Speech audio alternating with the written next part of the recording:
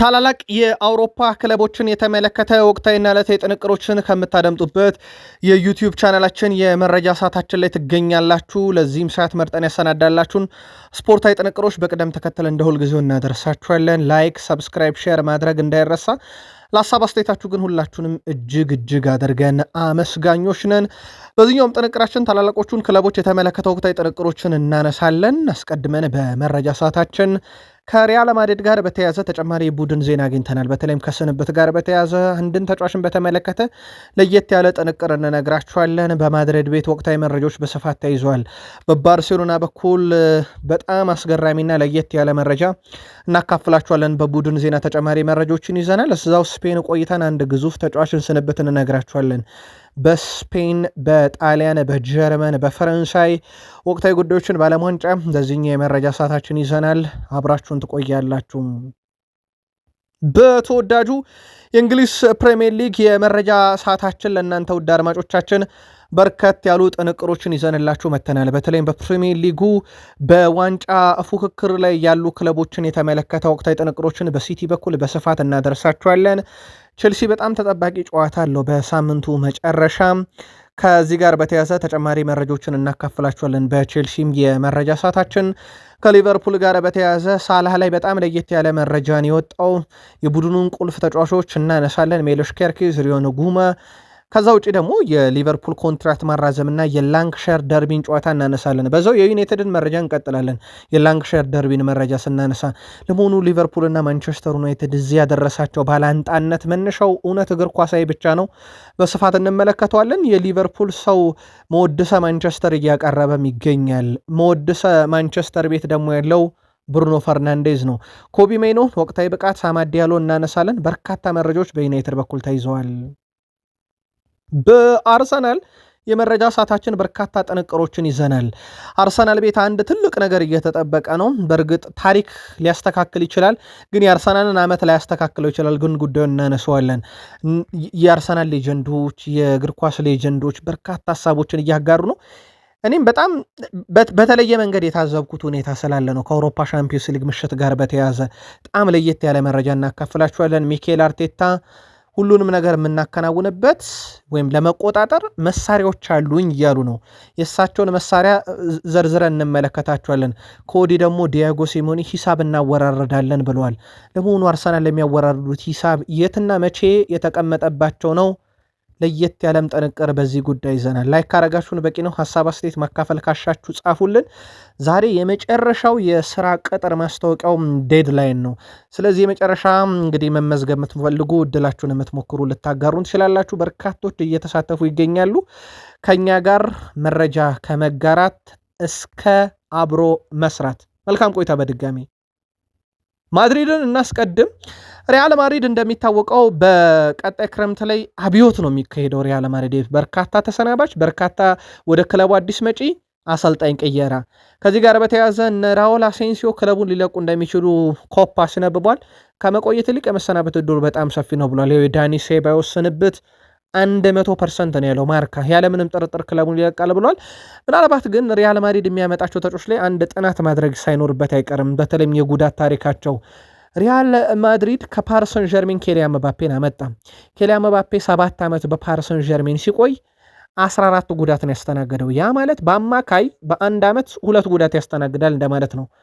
አሁን ሪያል ማድሪድ ገና በ2 ዓመት 13 ደርሷል። ያ ማለት በአመት 7 ጉዳት ያስተናግዳል። ኦልሞስት ተገላቢጦች ነው የሆነውና በሪያል ማድሪድ የጉዳቱ መጠን ምናልባት የሪያል ማድሪድ የሕክምና ቡድኑ አንድም ሊታሰብበት የሚገባ በእርግጥ የሕክምና ቡድኑ ላይ ጥናት እየተደረገ እንደሆነ ይታወቃል። እንዲህ አይነትም ፈተና እየገጠመው ይገኛል። ኬሊያን መባፔ 13ኛ ጉዳት ነው ያስተናገደው በሪያል ማድሪድ።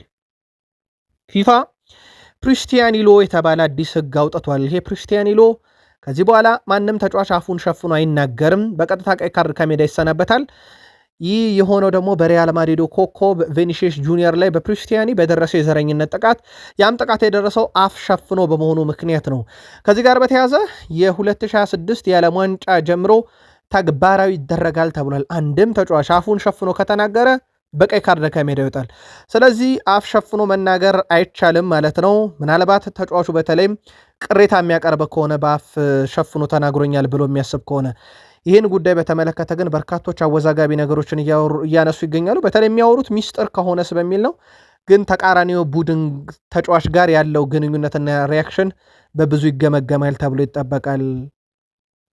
ሪያል ማድሪድ ሜሌታው ለ5 ወር በጉዳት አላባ ክለቡን ይለቃል። ሩዲገር ገና ኮንትራቱን የማራዘም ሂደት ላይ ነው። አሴንሲኦ የታወቀ ነገር የለም። በርካታ ስንብቶች ሊገጥሙት ይችላሉና የሪያል ማድሪድ ተከላካይ ክፍል ኦልሞስት የለም ማለት ይቻላልና አዲስ ግንባታ የሚፈልግ ክፍል በሪያል ማድሪድ የተከላካይ ክፍሉ ነው። ከዚህ ጋር በተያያዘ ግን ክለቡ በቀጣይ አሰልጣኙንም መወሰን ይኖርበታል። በማስር ነው መተዳደር ያለበት የሚለው በጣም ወሳኙ ነገር ነው። ዝውውሮቹ ላይ በፍሎሬንቲኖ ፔሬዝ እንጂ በቦርዱ እስካሁን ፍቃድ አልተሰጣቸውም። ይሄ ትልቁ ልዩነት በፍሎሬንቲኖ ፔሬዝ እና በቦርዱ መካከል ያለው ሂደት ይህን መረጃ እስካጠናቀርንበት ሰዓት ድረስ እንዳልተፈታ ነው መረጃዎች እየወጡ የሚገኙት። ከባርሴሎና ጋር በተያያዘ በጣም አስገራሚ መረጃ እንንገራችሁ። ባርሴሎና በኤል ክላሲኮ ሽንፈት አጋጥሞት እንደነበረ ይታወቃል። በላሊጋ 2-1 በሆነ ውጤት በሪያል ማድሪድ ተሸንፎ ነበረ። ማርከስ ራሽፎርድ ከኤል ክላሲኮ ሽንፈት በኋላ በኦክቶበር ወር ላይ ማለት ነው። ይሄ ገና በአንድ ጨዋታ የሚወሰን አይደለም። ይሄ የማራቶን ውድድር ነውና በኤል ክላሲኮ መሸነፋችን አመቱ ላይ የሚያመጣው ለውጥ አይኖርም፣ አንድ ጨዋታ የማራቶን ነው ብሎ ተናግሮ ነበረ። ባርሴሎና 5 ነጥብ ከሪያል ማድሪድ ያንስ ነበረ በወቅቱ ደግሞ ካስታወሳችሁ ልክ ሽንፈቱ በገጠመው ሰዓት ማለት ነው። ከዛ በኋላ 63 ነጥቦችን ሰብስበዋል። ባርሴሎና ማግኘት ከሚጠበቅበት 69 ነጥብ 63 ሰብስበዋል ማለት 6 ነጥብ ነው የጣለው። 11 ነጥብ ልዩነት አምጥቷል። ያ ማለት ይመራበት ከነበረው 5 ነጥብ ገልብጦ ወደ 11 አድርሶታል። ያ ማለት በዚህ ጊዜ ውስጥ ማለት ነው አሁን ባለው ሂደት ውስጥ 16 ነጥብ ተጨማሪ ባርሴሎና ሲያገኝ ሪያል ማድሪድ እዛው ላይ ቀርቷል እንደማለት ነው። እና ራሽፈርድ እንዳለው ይሄ ተስፈንጥሮ መሮጥ ሳይሆን ልክ እንደ ማራቶን ነውና ጠብቁን ባለው መሰረት ባርሴሎና በደንብ ሂሳብ አወራርዶ ማድሪድ ላይ የ11 ነጥብ ልዩነት ደርሷል። ምናልባት የዚህ ሳምንት ውጤቶች ላሊጋውንም ጭምር ሊወስኑት እንደሚችሉ ይታወቃል። ስፔናዊው የቀድሞ የአርሰናል አማካይ ሳንቲ ካዞሮላ በዚህ ዓመት ጫማውን ለመስቀል ማሰቡን አሳውቋል። ሳንቲ ካዞሮላ በአሁኑ ሰዓት በልጅነት ክለቡ ሪያል ኦቪድ እየተጫወተ ይገኛል። የ41 ዓመቱ ሳንቲ ካዞሮላ አሁን ላይ ጫማውን ለመስቀል ከጥቂት ሳምንታት በፊት ወስኛለሁ ብሏል። ሁሉም መጀመሪያና መጨረሻ አለው ያለው ሳንቲ ካዞሮላ በሚቀጥሉት ቀናት በይፋ ጫማ እንደሚሰቅል አረጋግጧል። አክሎም የልጅነት ህልሜን አሳክቻለሁ፣ በቀሪ ጨዋታዎች መዝናናቴን እቀጥላለሁ ሲል ተደምጧል። ሳንቲ ካዞሮላ አሁን በሪያል ኦቪድ ይጫወት የልጅነት ህልሙን ያሳካ እንጂ በአርሰናል ቤት በርካቶች ያውቀውታል ሳንቲ ካዞሮላን። በተለይም በሁለቱም እግሩ የሚጫወት በሁለቱም እግሩ የቆመ ኳስን ልክ አሁን ኦስማን ዴምቤሌ በፓሪስ ሰን ዠርሜን እንደሚያደርገው ሁለቱንም እግሮቹን ይጠቀም ነበር ሳንቲ ካዞሮላ። አስተውላችሁ ከነበረ አርሰናላውያን የማትረሱለት የትኛውን አጋጣሚ ነው ከሳንቲ ካዞሮላ በሀሳብ መስጫ ሳጥናችን ላይ አስፍሩልን።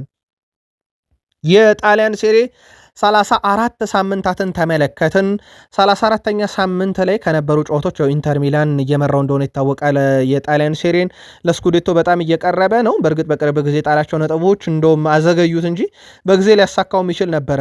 ለማንኛውም በሳምንቱ ከነበሩ ጨዋታዎች ውስጥ ኦፊሻል የጣሊያን ሴሪ ይፋ ሲያደርግ ከመረጣቸው ከዋክብ ተጫዋቾች ላብነት ያክል የኢንተር ሚላኑን ቤሼክ በተከላካይ መርጧል። የአማካኝ ክፍሉ ላይ የናፖሊዎቹን አሊሰን ሳንቶስን እና ኬቨን ደብሮይና፣ የሮሞ ኤል አዮኒ እንደዚሁም አታ ተመርጠዋል። ከዩዲኒዜ ነው አታ የተመረጠው። ፊት መስመሩን እስካማካ ካታላንታን እንደዚሁም ደግሞ ሜንዲን ከካግላሪ እንደዚሁም ዶኒ መለን ከሮማ የተመረጡ ተጫዋቾች ናቸው። ኬቨን ደብሮይና ከጉዳት ከመጣ በኋላ በጣም ጥሩ ፎርም ላይ መገኘቱን ማሳያም ተደርጎ ሊወሰድ ይችላል። በምርጥ ውስጥ ተካቷል። ሃሪኬን 61 ግቦች ላይ ተሳትፏል። ውድ ቤተሰቦቻችን ይሄ በሱ የእግር ኳስ ታሪክ ህይወት ውስጥ ተፈጥሮ የማይታወቅ ነገር ነው። 46 ጨዋታ ብቻ ነው የፈጀበት። ለዚህ ሃሪኬን ግብ አስቆጣሪ ነው፣ ምርጡ ግብ አስቆጣሪ ነው። ቶተናም በነበረ ሰዓት በነገራችን ላይ 30 ዓመት እስኪሞላ ዋንጫ አይቶ አያውቅም ነበረም። ያንን ዋንጫውን ለማሳካት ባየር ሙኒክ ከሄደ በኋላ እንደተሳካለት ይታወቃል። በጣም ጥሩ ፎርም ላይ ይገኛል። በጣም ምርጥ ብቃቱን ደግሞ ዘንድሮ በደንብ አሳይቷል ማለት ይቻላል። ከዚህ ጋር በተያያዘ ተጨማሪ መረጃዎችን ለማንሳት ያክል ውድ ቤተሰቦቻችን እዛው ባየር ሙኒክ ቤት ቆይተን አግኝተን ግብ ጠባቂውና እንሳየው ብዙ የተተቸበት ምሽት ስለነበረ የተሞከረ ሁሉን የገባበት በነገራችን ላይ ማኑኤል ኖየር በአውሮፓ ሻምፒዮንስ ሊግ የፓርክ ደ ፕሪንሱ ምሽት ጨዋታ 90 ደቂቃ ተጫወተ፣ 39 ኳስ ነካ፣ አንድ ኳስ አላዳነም ማኑኤል ኖየር።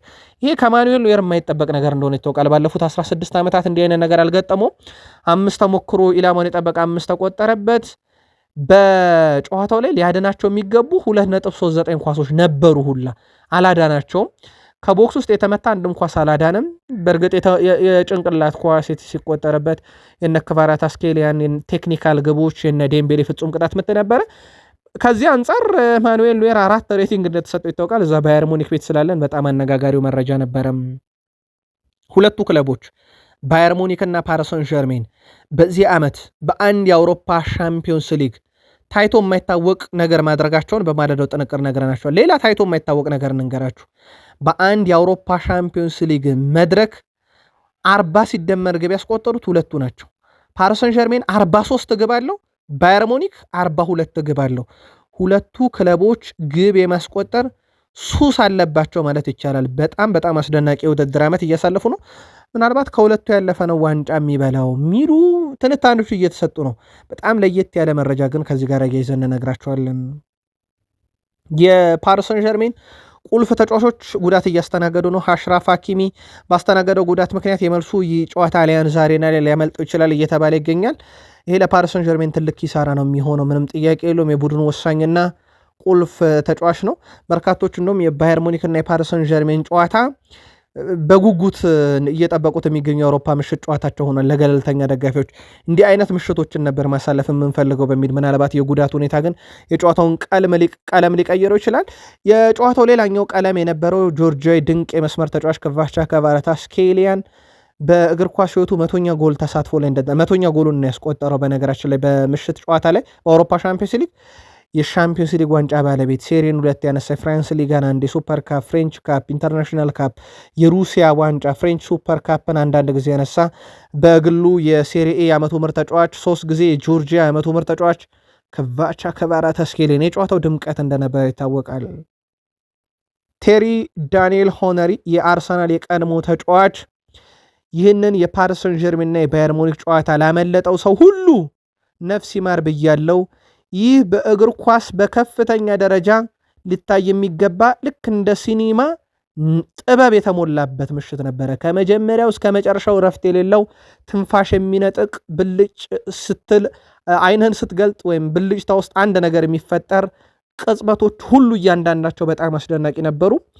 በዚህ ጨዋታ ላይ እንግዲህ በመመልከት ደረጃ ያመለጣቸውን ሰዎች ይሄ ነፍስ ይማር የሚያስብል ነው ብሏልና በእግር ኳስ ለመዝናናት ከዚህ የተሻለ ምሽት አይኖርም ብሏል። በቅርብ ጊዜ በተለይም ቴሪ ዳንኤል በቅርቡ እግር ኳስ አሰልችቶን ነበረ። ምስጋና ለፓሪስ ሰን ዠርሜን እና ለባየር ሙኒክ ውብ እግር ኳስ አሳይተውናል፣ ፉክክር አሳይተውናል በሚል ሲያወድሳቸው እንደነበረ ይታወቃል። የእንግሊዝ ፕሪሚየር ሊግ የመረጃ ሰዓታችን ላይ ደረስንና አንድ ለየት ያለ መረጃ አንስተን እንጀምር። በርካቶችን በሀሳብ መስጫ ሳጥናችን ላይ በቃል ስፖርት ዩቲዩብ ቻናል በዚህኛውም ገጻችን ላይ በተደጋጋሚ ሲያነሱልን የነበረው አንደኛው ጥያቄ በሻምፒዮንሺፑ ላይ ትኩረት ይደረግልን የሚል ነው። በነገራችን ላይ ሻምፒዮንሺፑን በደንብ ትኩረት እየሰጠ ነው። በተለይ ከቅርብ ጊዜ ወደ መጠናቀቂያው ስለደረሰ ኮቬንትሪ ሲቲ የፍራንክ ጄምስ ላምፓርድ ቡድን አንደኛ ሆኖ ማለፉን አረጋግጧል። ማን ነው ተከትሎት በቀጥታ ፕሪሚየር ሊግ የሚገባው? አንድ ጨዋታ ቀርቷል። ስለዚህ የመጨረሻው ሳምንት ጨዋታ ፍጻሜ በሉት ውድ ቤተሰቦቻችን። ኢፕስዊች ታውን 81 ነጥብ ይዞ ሁለተኛ ነው። ሚልዋል በ1 ነጥብ አንሶ በ80 ነጥብ ሶስተኛ ነው። ሚድልስቦሮ በ79 ነጥብ አራተኛ ነው። ያ ማለት ኢፕስዊችም ሚልዋልም ሚድልስቦሮም ሁለተኛ ሆነው አጠናቀው በቀጥታ ፕሪሚየር ሊግ የመግባት እድል አላቸው። ኢፕስዊች ታውን እጁ ላይ ነው ያለው። ሚልዋል የኢፕስዊችን መሸነፍና የራሱ ማሸነፍ ይጠበቃል። ሚድልስቦሮ የራሱ ማሸነፍና የሚልዋልም የኢፕስዊችን መሸነፍ ይጠብቃል።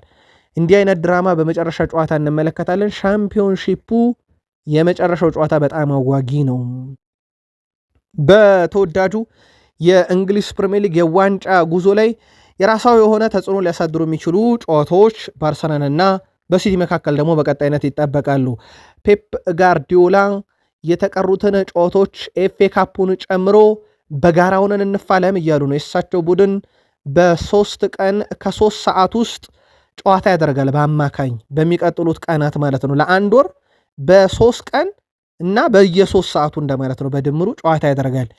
ይህን የማድረግ አቅም አለው ወይ ሲቲ የሚለው ግን በጣም አጠያያቂ ጉዳይ ነው። ምክንያቱም የሚገጥማቸው ቡድኖች ማንም ይሁን በዚህ ሰዓት ወልቭስ የወረደው እንኳን ቢሆን ቀላል ተጋጣሚ አይሆንም። ለክብር ሲጫወቱ ፈርተው የሚጫወቱበት አጋጣሚ ላይኖር ይችላል። አንዳንዶች ደግሞ ውጤቱ ስለሚያስፈልጋቸው በደንብ ጨክነው ሊጫወቱ ይችላሉና ሲቲ በየ3 ቀን ከ3 ሰዓት በአማካኝ 6 ጨዋታዎችን በቀጣይ ሲያደርግ ምን ያህሉን ይወጣል? አንዱ ብቻ የካራባው ካፕ የፍጻሜ ጨዋታ ከቼልሲ ጋር የሚያደርገው ነው።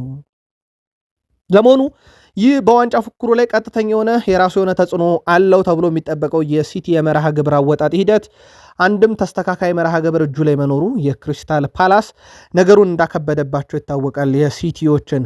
ከዚህ ጋር በተያያዘ ግን ውድ ቤተሰቦቻችን አርሰናል በተለይም በእነኚህ 5 ቀናት ይጨናነቃል። ከዛ በኋላ ግን የአርሰናል መርሃ ግብሩ ቀለል እያለለት ይመጣል። በተለይም የአርሰናልን ደግሞ የሰሞኑን መርሃ ግብር ያጨናነቀበት የአውሮፓ ሻምፒዮንስ ሊግ እንደሆነ ይታወቃል። ለአብነት ያክል አርሰናል ከማድሪድ ሲጫወት ሲቲ ረፍት ላይ ነው። አርሰናል ከፉላም ሲጫወት ሲቲ ረፍት ላይ ነው። ከዛ በኋላ ከኤቨርተን ጋር ጨዋታ ያደርጋል። ያስኪውን ድረስ አርሰናል እየተጫወተ ነው የሚቀጥለው ማለት ነው።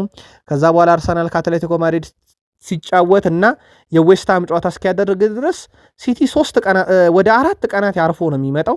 ከዛ በኋላ ሲቲ መጨናነቅ ይጀምራል ማለት ነው። የብሬንትፎርድ፣ የፓላስ፣ የቼልሲ፣ የበርንማውዝ ጨዋታ በተከታታይ ይመጣል። አርሰናል የአውሮፓ ሻምፒዮንስ ሊግ የደርሶ መልስ ጨዋታውን ካጠናቀቀ በኋላ ግን በየ5 እና 4 ቀኑ ብቻ ነው ጨዋታን የሚያከናውነው። ቼልሲ በተወዳጁ የእንግሊዝ ፕሪሚየር ሊግ በጣም ወሳኙን ፍልሚያ የፊታችን ሰኞ ያደርጋል። መንዴይ ናይት ፉትቦል በዚህ ሳምንት ተረኛው ተፋላሚ ቡድን ቼልሲ ከኖቲንግሃም ፎረስት ነው። ይሄን ጨዋታ የሚመሩት አልቢትር አንቶኒ ቴይለር ሆነዋልና የቼልሲ ደጋፊዎች ስቅቅ ብለው ይሄን ጨዋታ የማየት ግድ የሚላቸው ሰዓት ነው በሁለት ምክንያት። አንደኛ አንቶኒ ቴይለር ማለት በፕሪሚየር ሊጉ የእሳቸውን ያክል ቢጫን የመዘዘ የለም። ተመላልሰው ኪሳቸው ገብተው ቢጫን የመዘዙ ናቸው። እሳቸው ምህረት የላቸውም አንቶኒ ቴይለር በዚህ ዓመት። ቼልሲ ደግሞ በዚህ ዓመት ለቢጫ ካርድና ለቀይ ካርድ በጣም የቀረበ ነው። ስለዚህ ለቢጫ ካርድ እጃቸው የማይሰስት አንቶኒ ቴይለር ቢጫ የማየትና ቀይ የማየት አባዜ ያለበትን ቼልሲን ይመራሉ ማለት ነው። ቼልሲና ኖቲንግሃም ፎረስት የሚያደርጉት ጨዋታ በራሱ ቼልሲ በፕሪሚየር ሊጉ የአውሮፓ ሻምፒዮንስ ሊግን ትኬት ለመቁረጥ በጣም ወሳኝ ምሽት፣ ኖቲንግሃም ፎረስት ለመትረፍ ነውና ጨዋታው በራሱ በጣም በግለት ውስጥ የሚካሄድ የአንቶኒ ቴይለር እጃቸው ከኪሳቸው የማይወጣ ከሆነ ደግሞ ለቼልሲም ለኖቲንግሃም ፎረስትም ስጋት ነው። በተለይ ለቼልሲ ካላቸው ባህሪ አንጻር በጣም ስጋት የሚሆን ምሽት ይመስላል። ሳላ ከቅርብ ጊዜ ወዲህ የዳኛ ክትትል እያነሰው ይገኛል ይላል የስካይ ስፖርት ዘገባ። ሳላ በተለይም ከዳኝነት ውሳኔ ጋር በተያያዘ ከሳላ ሊቨርፑል የመጀመሪያዎቹ ጨዋታዎች ባገኛቸው 34 ፔናልቲ ውስጥ 14ቱን ያስገኘ ተጫዋች ነበረ። አሁን ግን ነገሮች ተቀይረዋል። ባገኛቸው የመጨረሻ 35 ፍጹም ቅጣት ምቶች ውስጥ 8% ብቻ ወይም 3ቱን ብቻ ነው ሳላህ ያስገኘው። የበለጠ የሚያስገርመው ከዲሴምበር 2021 ጀምሮ ሊቨርፑል በሊጉ 29 ፔናልቲዎችን አግኝቷል። ከነዚህ ሁሉ ፔናልቲ ውስጥ ሳላ ላይ በተሰራ ጥፋት የተገኘው 1 ፔናልቲ ብቻ ነው። ሳላ በቅርብ ጊዜ ውስጥ የፔናልቲ ምንጭ እየሆነ አይደለም፣ በርካቶች የዳኝነት ክትትልም እየተደረገለት አይደለም በሚል የሲቲውንም ጨዋታ እንደ ምክንያት ያነሱታል። ሜሎሽ ኬርኪዝ ከሳላ ጋር በተያያዘ እሱ ብዙ ልምድ አለው። ነገር ግን ሳላን ከሌሎች ተጫዋቾች ሁሉ ልዩ የሚያደርገው የእሱ እጅግ አስደናቂ ፕሮፌሽናሊዝምም ጭምር፣ ይሄ የስራ ባህሉ በጣም ከፍ ያለ ነው። ይሄ ስፖርቱን እንደ ስራ የያዘበት መንገድ በጣም የተለየ ነው። እሱ የማይታመን ነው። በማንኛውም ሌላ ተጫዋች ላይ ያላየሁት ነገር እሱ ጋር አለ። በጂም ብትሄዱ ጤናውን በመጠበቅ በአመጋገቡ ብሎ ብዙ መዘርዝሮችን ጠቅሶ እሱ በጣም ፕሮፌሽናል ተጫዋች ነው ብሎ አወድሶታል። ሜሎሽ ኬርኪዝ ይቀጥላሉ። ሁልጊዜም ሰዎች በምጫወትበት ጊዜ 110 በመቶ አቅሜን እንደሰጠው እንዲያስታውሱኝ ይፈልጋለሁ። ለሊቨርፑል ያለኝን ነገር ሁሉ ሰጥቼ እየተጫወትኩ እንደሆነ ሰዎች እንዲረዱኝ ይፈልጋለሁ ብሏል። ሪዮ ንጉማ ጋር ደረሰን። የሊቨርፑል የወቅቱ ኮከብ ነው፣ ምንም ጥያቄ የለውም። እንደውም አርኔ ስሎት አንዱ ጫና ውስጥ ከገቡት ነገር ሪዮ ንጉማን ይጠቀሙት ያሰልፉት የሚል ትልቅ ወቀሳም ሲቀርብባቸው እንደነበረ ይታወቃል፣ በተደጋጋሚ በሌጀንዶችም ጭምር። ከዚህ ጋር በተያያዘ ጆኮል ቋሚ ይሆናል ብዬ አላስብም። የክለቡ አንዳንድ ትልልቅ ተጫዋቾች ለቀው እሱ በቀጥታ የሚሰለፍ ከሆነ ትልቅ ኃላፊነት እንዲወድቅበት ሊያደርግ ይችላል እና በቀጣይ ዓመት ቋሚ ስለመሆኑ እርግጠኛ አይደለሁም ብሏል። ክለቡ በየቀኑ እየተከታተለው ነው፣ እሱን እድገት በሚገባ ክለቡ ያውቃል። ስለዚህ ይህንን ጫና አሁን ላይ በሱ ላይ ለማድረግ ክለቡ ዝግጁ ነው ብዬ አላስብም፣ ተጫዋቹም ዝግጁ ነው ብዬ አላስብም።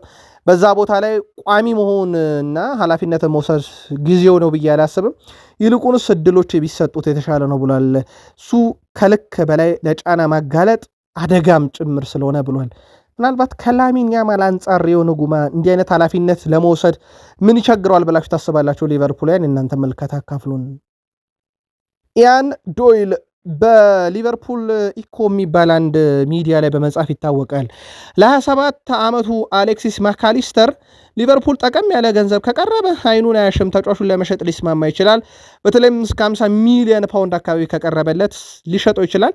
እንዲህ አይነት ገንዘብ ለማካሊስተር ሊያቀርብ የሚችል አውሮፓ ውስጥ ክለብ ላይኖር ይችላል። ምናልባት ግን የአረቡ ዓለም ሊያቀርቡ ይችላሉ ለማካሊስተር እና ሊቨርፑል አይኑን አያሽም እየተባለ ነው። ጉዳዩን እየተከታተል ነው። እኛም የማካሊስተርም ቆይታ እርግጥ እንዳልሆነ ይታወቃል በሊቨርፑል ቤት። በእርግጥ ከዛ ውጭ ሊቨርፑል የላንክሻየር ደርቢ ጨዋታ አለበት። ይሄ ጨዋታ ለዩናይትድም ለሊቨርፑልም በነጥብ ደረጃ አስፈላጊነቱ ካየን አንገብጋቢ የሚሆነው ለሊቨርፑል ነው። ዩናይትድ ከጨዋታው 1 ነጥብ የአውሮፓ ሻምፒዮንስ ሊግ ትኬትን ስለሚያስቆርጠው፣ ሁለቱ ክለቦች ግን የሚጫወቱት ለክብርም ጭምር ነው። በሁለቱ መካከል ያለው ባላንጣነት ይታወቃል። ይህንን ጨዋታም የ40 ዓመቱ ዳረን ኢንግላንድ ጨዋታውን እንዲመሩት ኦልድ ትራፎርድ ላይ ተሰይመዋል። ሰር አሌክሳንደር ቻክማን ፈርጉሰን ዩናይትድን ሲረከቡ የኔ ትልቁ ፈተና አሁን ላይ ጨዋታ ሳይሆን ሊቨርፑልን ከቆሙበት ዙፋን ላይ አውርዶ መዘረር ብለው ነበርና እሳቸው ዩናይትድን ሲይዙ ዋና ዓላማቸው የሊቨርፑልን የበላይነት መግታት እንደነበረ ይታወቃል። በፕሪሚየር ሊጉ እንዳሉት አድርገውታል። የሊቨርፑልን የበላይነት ረተው የዋንጫ ቁጥራቸውንም ከሊቨርፑል በላይ አድርገው ነው ክለቡን የለቀቁት እሳቸው ቃላቸውን ጠብቀው። በእርግጥ የሁለቱ ክለቦች ባላንጣነት ከንግድ ነው የሚጀምረው። በነገራችን ላይ የሊቨርፑል ከተማና የማንቸስተር ከተማ ንግድ ትስስር ነበረው።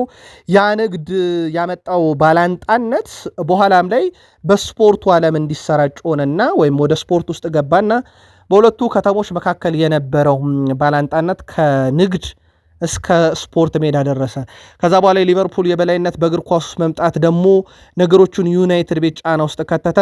ዩናይትድ ከሊቨርፑል ከተማ የተሻለ ለመሆን ማንቸስተር ባደረጉት ጥረት ላይ የመጣ ባላንጣነት ዛሬ እስከ ላንክሻየር ደርቢ ጨዋታ ደረሰ።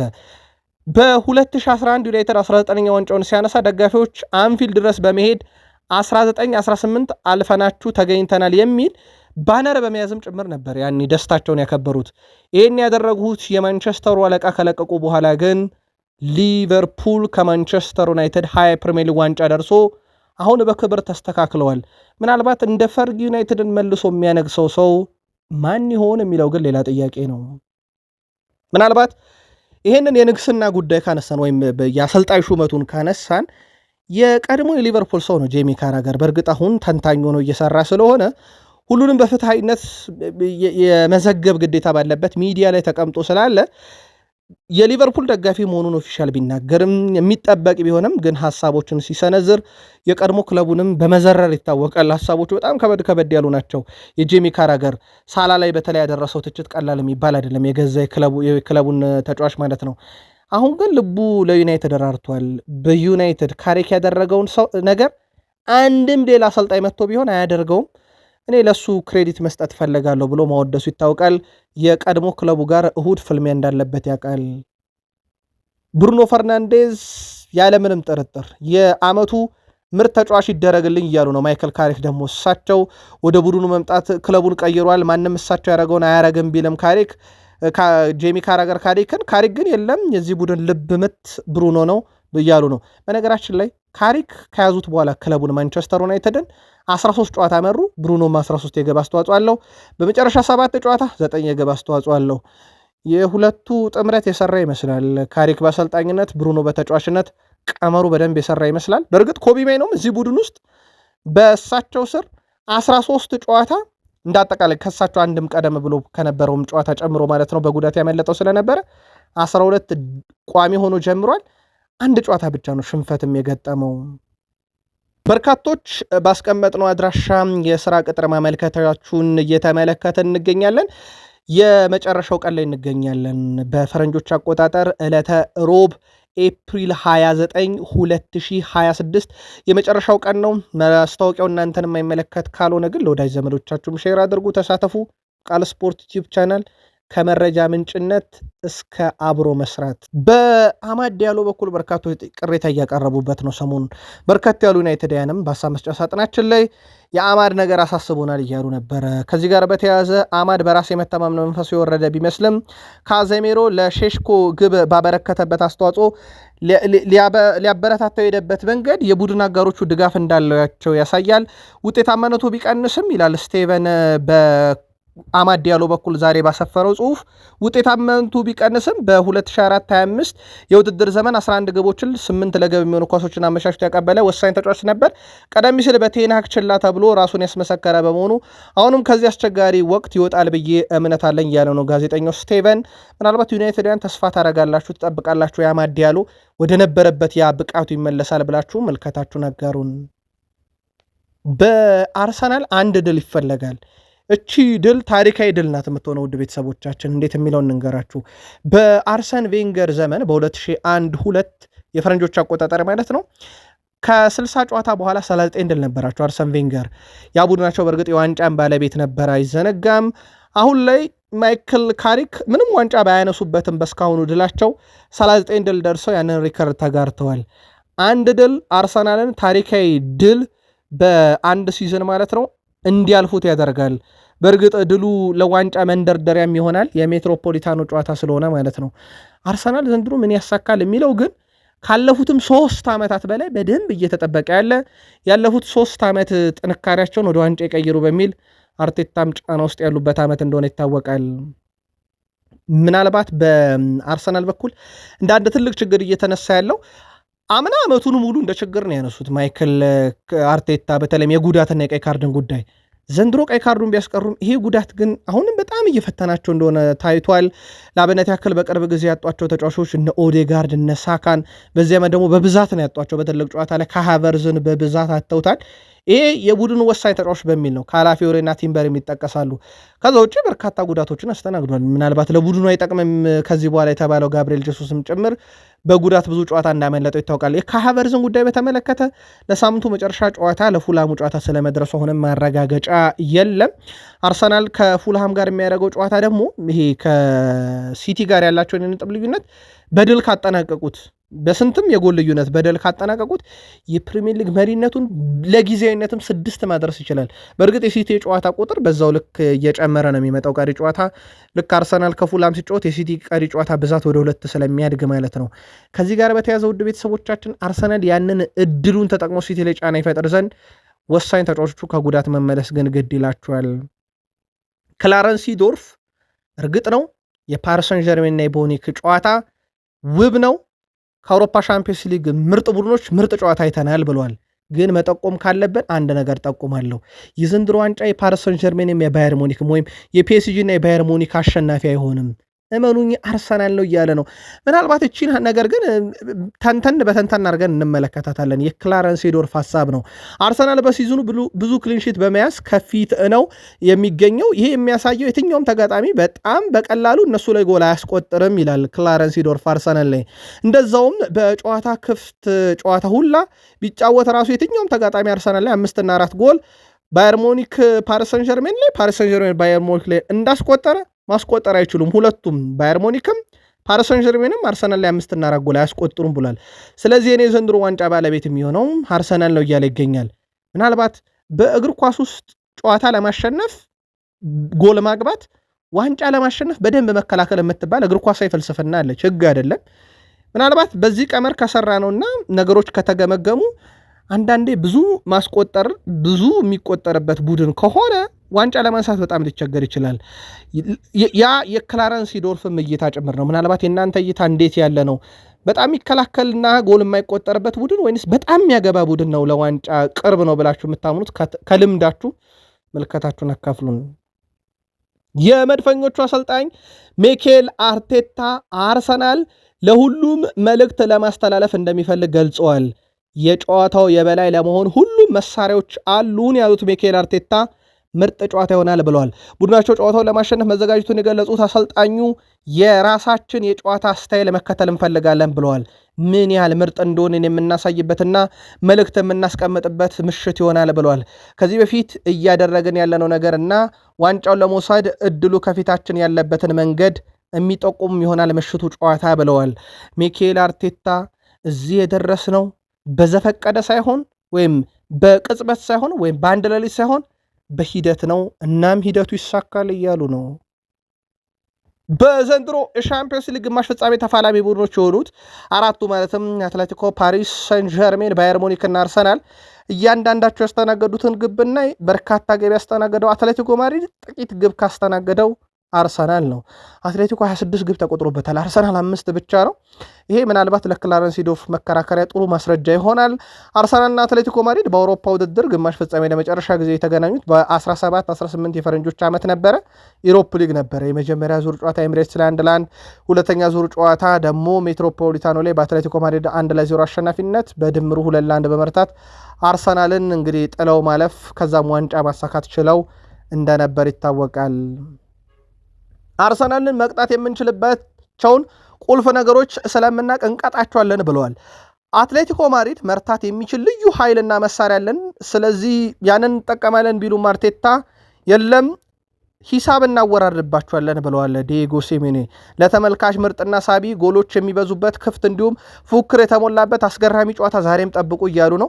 ግን በርካቶች እንደ ፓሪስ ሰን ዠርሜን እና እንደ ባየር ሙኒክ ክፍት ጨዋታ ላይ ሆን ይችላልና በርካታ ገባ እናይበትም ብለው ይሄን ጨዋታ ቢሰጉም ዲየጎ ሲሜኔ ግን እመኑኝ ክፍት ጨዋታ ነው፣ ጎል ይበዛዋል እያሉ ነው። እሳቸው በራሳቸው ይሄ የመከላከል ባህሪያቸው ይታወቃል። ሚኬል አርቴታ ደግሞ በጣም የጥንቃቄ ጨዋታ እንደዚህ አይነት ሰዓት ያበዛሉ በሚል ይተቻሉ። አርሰናልን መቅጣት የምንችልበት ቁልፍ ነገሮች ስለምናቅ እንቀጣቸዋለን፣ ሂሳብ እናወራርዳለን ብለዋል። የ4-0 ሽንፈታቸው የቅርብ ጊዜ ትውስታ እንደነበረ የሚዘነጋ አይደለም። ጉዳዩም እንግዲህ ሰዓቱ ሲደርስ በደንብ የሚለይ ይሆናል። አንድሪያ ቤርታ ወደ አርሰናል ሲመጡ አንዳንድ ነገሮች ነበሩ። ለአብነት ያክል አንድሪያ ቤርታ ከአትሌቲኮ ማድሪድ ከለቀቁ በኋላ ለቀጣይ ስራቸው ካስቀመጧቸው መስፈርቶች አንጻር አርሰናል ትክክለኛ ክለብ ሆኖ አግኝተውት ስለነበረ ጥያቄውን ተቀበሉት። ጣሊያን ስፖርት ዳይሬክተር በክለቡ ስኬት ውስጥ በዳይሬክተርና አሰልጣኝ መካከል ያለውን መናበብ ያለው ትልቅ ዋጋ የሚረዳ ሰው በመሆኑ በሚኬል አርቴታ እና በሱ መካከል ያለው ግንኙነት በጣም ሰላማዊ ነው ይባላል። ከሰራቸው ስራዎች ውስጥ ተጫዋቾችን በክረምት ያመጣበት መንገድ ይታወቃል። የዲየጎ ሲሜኔም ጋር ያላቸው ቀረቤታ ይታወቃል። አሁን ከዲየጎ ሲሜኔ ቡድን አትሌቲኮ ማድሪድ በጨዋታ መፋለም ብቻ አይደለም አንድ የሚፈልጉት ተጫዋች አለ፣ ዩሊያን አልቫሬዝ። ምናልባትም በሜትሮፖሊታኖ እና በኤሚሬትስ ሲገናኙ አንዱ የጎንዮሽ ስራ ዩሊያን አልቫሬዝን ትሸጡልናላችሁ ወይንስ አትሸጡም?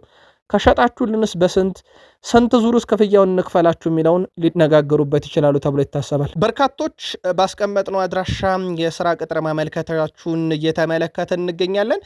የመጨረሻው ቀን ላይ እንገኛለን።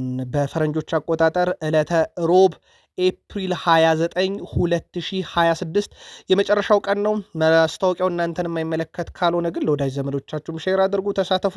ቃል ስፖርት ዩቲዩብ ቻናል ከመረጃ ምንጭነት እስከ አብሮ መስራት